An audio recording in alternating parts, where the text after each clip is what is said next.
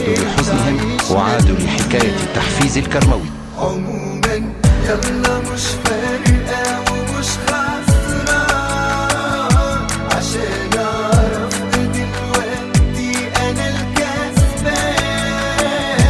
ده يوم بدري ريحني وأنا بنساه.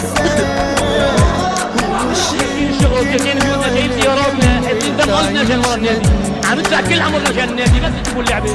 من وسط مباراة درامية وأحزان اتحادية قبل المباراة الفاصلة الحاسمة لبطولة الدوري السوري. الحمد لله رب العالمين، نحن النتيجة هي يعني صارت، بس نحن جايين هلا مباراة فاصلة بإذن الله حنفرجي فريق الكرامة ومين فريق الاتحاد. نحن من دون تحفيز ومن دون شيء ومن دون مسارات ومن دون دفع، نحن فريق قوة، وإن شاء الله إن شاء الله رح نفرجيهم مباراة الفاصلة بإذن الله.